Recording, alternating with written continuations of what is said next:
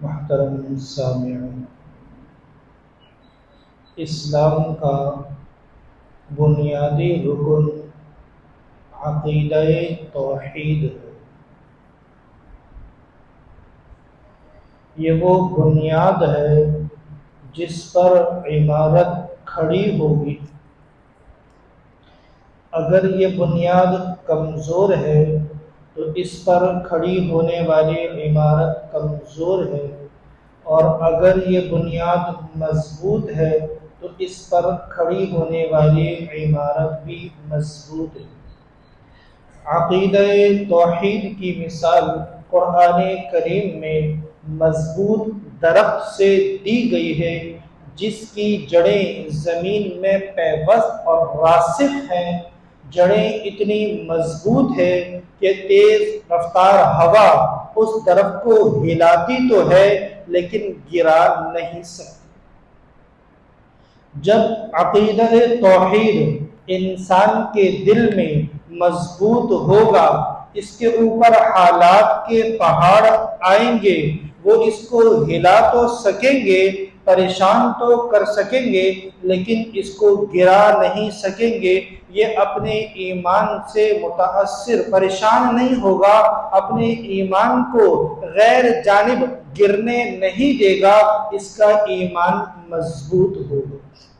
یہ عقیدہ توحید اسلام کی بنیاد ہے، اور یہی وہ چیز ہے جو اللہ کو محبوب اور پسند ہے۔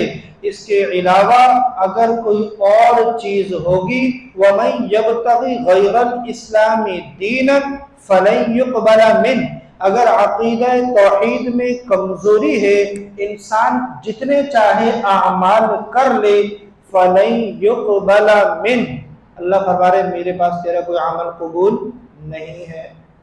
عقیدے کے اعتبار سے کمزور، اللہ کی ذات اور صفات میں شریک کرتا ہے، نبی علیہ السلام کی رسالت اور ختم نبوت کا کامل یقین نہیں ہے، یہ عقیدہ کمزور ہے، یہ عقیدہ باطل ہے۔ اب اس باطل عقیدے کے ساتھ جتنے صدقے خیرات کر لے، جتنے فلاحی کام کر لے، رفاہی ادارے بنا لے، سیلاب زدگان کی مدد کر لے، جہاں زلزلے آئے ہوئے ان کی مدد کر لے، جو کچھ کر لے، جو کچھ کر لے، اللہ کیا فرما رہے؟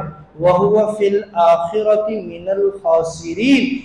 اگر عقیدہ توحید کمزور، یہ سارے نیک اعمال اس کے کھاتے میں ہوں، تب بھی وَهُوَ فِي الْآخِرَةِ مِنَ الْخَاسِرِينَ، آخرت میں خسارے والوں میں ہی ہوگا۔ اس لیے عمارت کھڑی کرنے کے لیے ضروری ہے بنیاد مضبوط ہو۔ نیک اعمال کا ذخیرہ اپنے کھاتے میں جمع کرنے کے لیے ضروری ہے کہ عقیدہ مضبوط ہو۔ اگر عقیدے میں کمزوری اور لچک ہوگی تو نیک اعمال کوئی اس کے لیے فائدہ مند نہیں ہوں۔ تو دین اسلام میں جو سب سے زیادہ اہمیت ہے وہ اہمیت عقیدہ توحید کی ہے۔ انسان چیزوں سے، حالات سے متاثر نہ ہو، بدشگونی مراد نہ لے، میرے ساتھ یہ ہو گیا تو یہ ہوگا۔ ابھی جو موجودہ اس قمری اعتبار سے مہینہ چل رہا ہے، سفر کا مہینہ چل رہا ہے، سفر کے مہینے کو ہمارے معاشرے کے اکثر افراد نحوست والا مہینہ سمجھتے ہیں۔ بھئی یہ تیرا تیزی کا مہینہ ہے، اس مہینے میں کاروبار نہیں کرنا، اس مہینے میں شادی بیاہ نہیں کرنا، اس مہینے میں کسی سفر پہ نہیں جانا، یہ تیرا تیزی کا مہینہ بہت تیز ہے، مردوں پر بھاری ہے۔ تو اسلام ان ساری چیزوں کو ختم کرنے کے لیے آیا۔ نبی علیہ السلام کا فرمان ہے، زمانے جاہلیت کے جتنے رسم و رواج تھے، میرا پیر، میں ان تمام رسم و رواج کو اپنے پیر سے روندنے کے لیے آیا ہوں۔ زمانے جاہلیت میں سفر کو منحوس سمجھا جاتا تھا، آج تک بھی سفر کو لوگ اچھا نہیں سمجھتے۔ سفر میں قرآن خوانیاں بہت زور پہ ہوتی ہے، کوئی قرآن خوانی کروائیں گے، سفر میں یہ پڑھ لو، یہ پڑھ لو، یہ پڑھ لو۔ بے شک قرآن برکت کی کتاب ہے، قرآن ہمارے لیے باعث رحمت ہے، لیکن قرآن کو اس لیے اگر بنا دیا جائے، مہینوں کے ساتھ خاص کر دیا جائے، دنوں کے ساتھ خاص کر دیا جائے، تو یہ تو اور ہمیں گناہوں کی طرف لے جانے کا سبب بننے کا ذریعہ بن جائے گا۔ نبی علیہ السلام، بخاری شریف کی روایت ہے، حضرت زید بن خالد جوہنی رضی اللہ عنہ فرماتے ہیں، ایک مرتبہ حضور علیہ السلام ہمارے ساتھ حدیبیہ میں تھے، ہم حضور کے ساتھ حدیبیہ میں تھے۔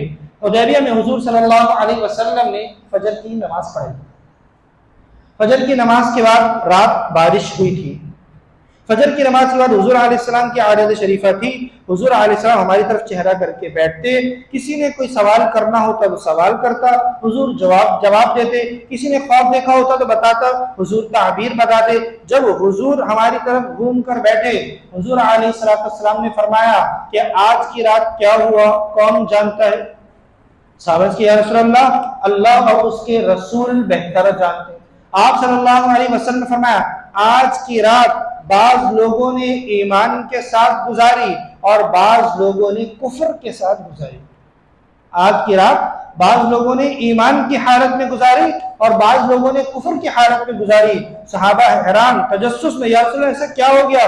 حضور علیہ السلام فرمایا کہ آج رات بارش ہوئی۔ صحابہ کے حضرت سے بے شک بارش ہوئی۔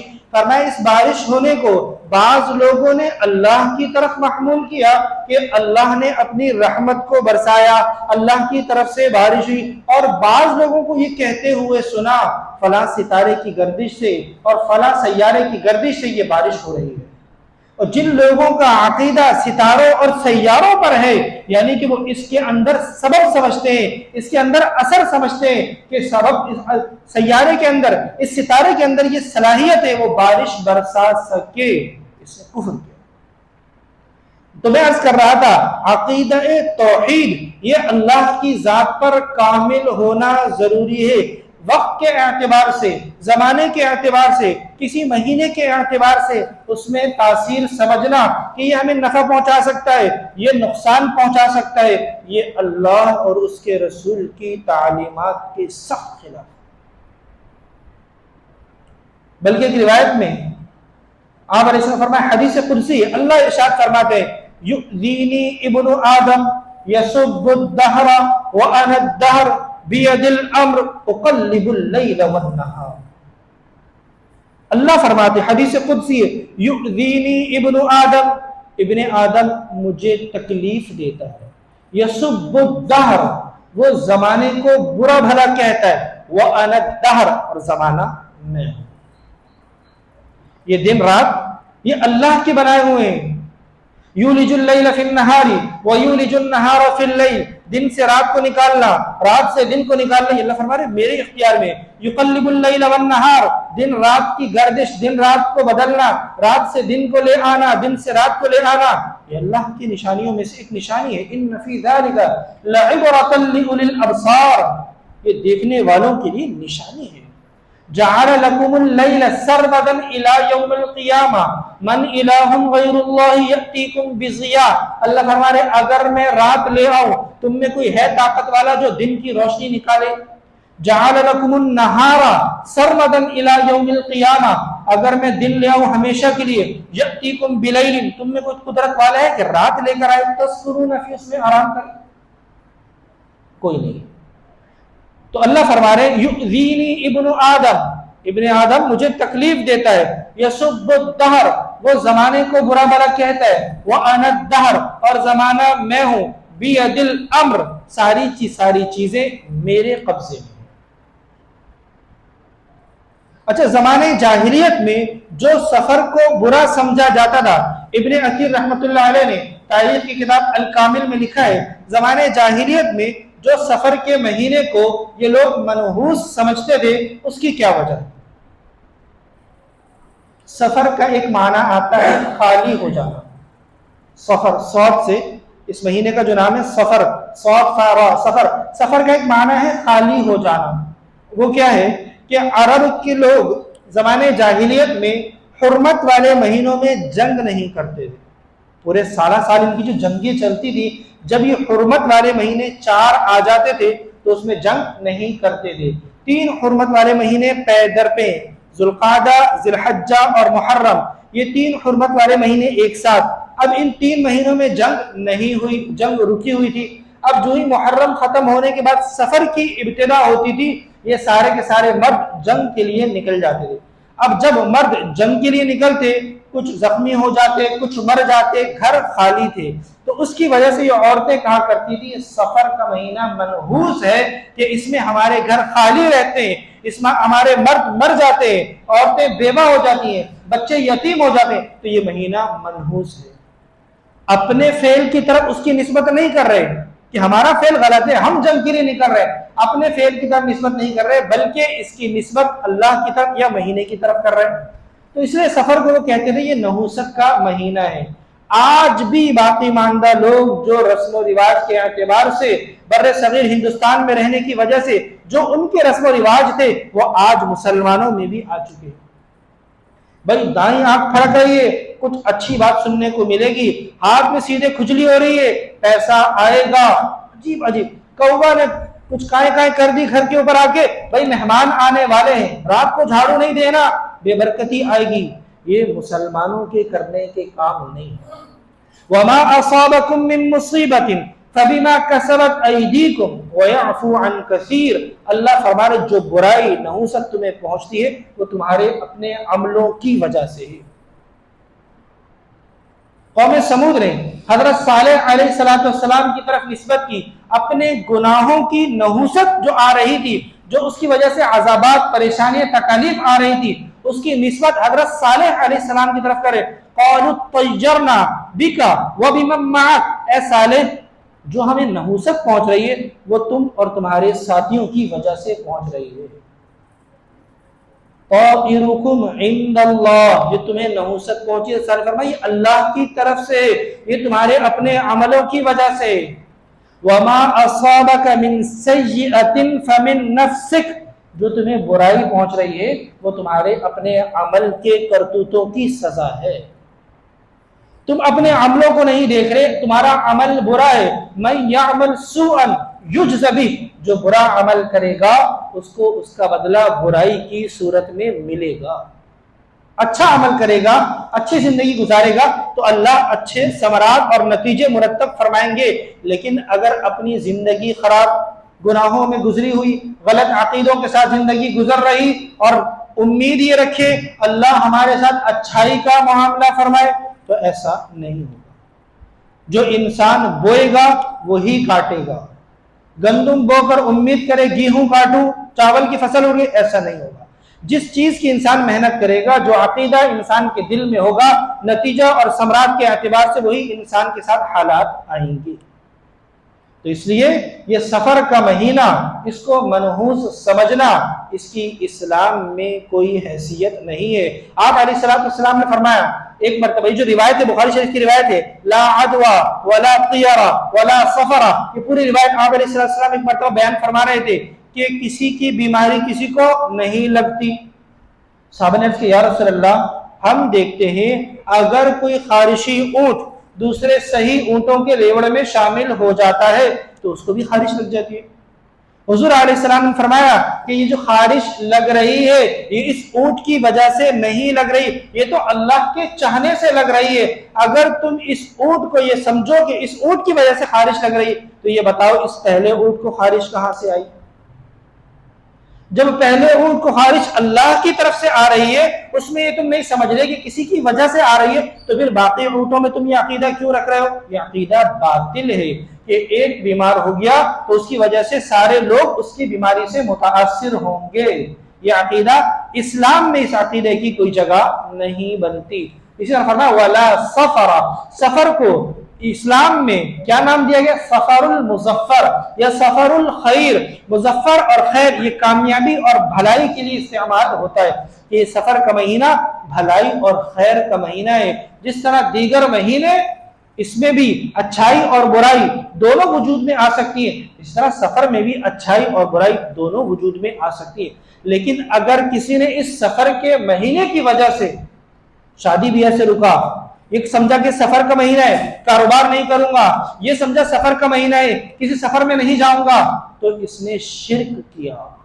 اس نے شرک کیا. ہمارے معاشرے میں کہا جاتا ہے کالی بلی آگے سے گزر جائے رک جاؤ، آگے قدم نہ بڑھاؤ. اگر کوئی اس عقیدے سے رک گیا کالی بلی آگے سے گزری ہے، اس نے شرک کیا. اللہ کی ذات و صفات میں اللہ کو وحدہ لا شریک لہو نہیں سمجھا، اللہ کے ساتھ چیزوں کے اندر وہ اثر سمجھ رہا ہے۔ تو اگر کوئی سفر کے مہینے کی وجہ سے شادی نہیں، سفر کے مہینے میں نبی علیہ السلام کے 2 نکاح ہوئے، حضرت زینب سے سن 4 ہجری میں اور حضرت صفیہ سے سن 7 ہجری میں، یہ سفر کے مہینے میں حضور صلی اللہ علیہ وسلم کے 2 نکاح ہیں۔ اور آج کا مسلمان کہتا ہے سفر کے مہینے میں نکاح نہیں کرنا، سفر کے مہینے میں کسی کاروبار کی ابتدا نہیں کرنا، سفر کے مہینے میں کسی جگہ جانا ہے، کوئی سفر کرنا ہو تو اس کی ابتدا نہیں کرنا۔ یہ مسلمانوں کا عقیدہ نہیں ہے، یہ ہندوؤں کے کام تھے، یہ یہودی اور عیسائیوں کے کام تھے، یہ کافر اور مشرک لوگوں کے کام تھے، یہ مسلمانوں کے کام نہیں تھے۔ مسلمان تو وہ ہے جس کا عقیدہ کامل اللہ کی ذات پر ہو۔ ایک روایت میں آپ صلی اللہ علیہ وسلم نے فرمایا کہ اللہ نے، سنن ابو داؤد شریف کی روایت ہے، اللہ رب العزت نے جس طرح دیگر چیزیں میری امت کو سکھلائی ہیں، اسی طرح اللہ نے مجھے یہ بتلایا کہ میں اپنی امت کو یہ دعا سکھلاؤں۔ اس دعا کی برکت سے اللہ ان پڑھنے والوں کے ایمان کو اور عقیدہ توحید کو مضبوط کریں گے۔ یہ دعا اللہ کے نبی کہہ رہے ہیں، اللہ کے نبی کہ میں سکھلاؤں تمہیں تاکہ تمہارا عقیدہ توحید مضبوط ہو جائے جب تم اس دعا کا اہتمام کرو۔ اللہم لا یأتی بالحسنات الا انت، کوئی نیکی نہیں ہے سوائے اللہ کی قدرت کی۔ ولا يدفع السیئات الا انت، کوئی برائی پہنچ نہیں سکتی سوائے اللہ کی قدرت کے۔ ولا حول ولا قوت الا بک، برائی سے بچنے کی طاقت اور نیک کام کرنے کی قوت یہ اللہ کی طرف سے ہے۔ اس دعا کے پڑھنے والے کا اللہ عقیدہ مضبوط کرتے۔ سنن ابو داؤد شریف کی روایت ہے، نبی علیہ السلام کا فرمان ہے، اللہم لا یأتی بالحسنات الا انت ولا يدفع السیئات الا انت ولا حول ولا قوت الا بک۔ نیکی بھی اللہ کی طرف سے اور برائی سے بچ جانے کی قوت یہ بھی اللہ کی طرف سے۔ جو اس الفاظ کا، ان الفاظ کا اہتمام کرے گا اللہ اس کی جی میں یہ بات اتار دیں گے، اللہ اس کا عقیدہ مضبوط کریں گے۔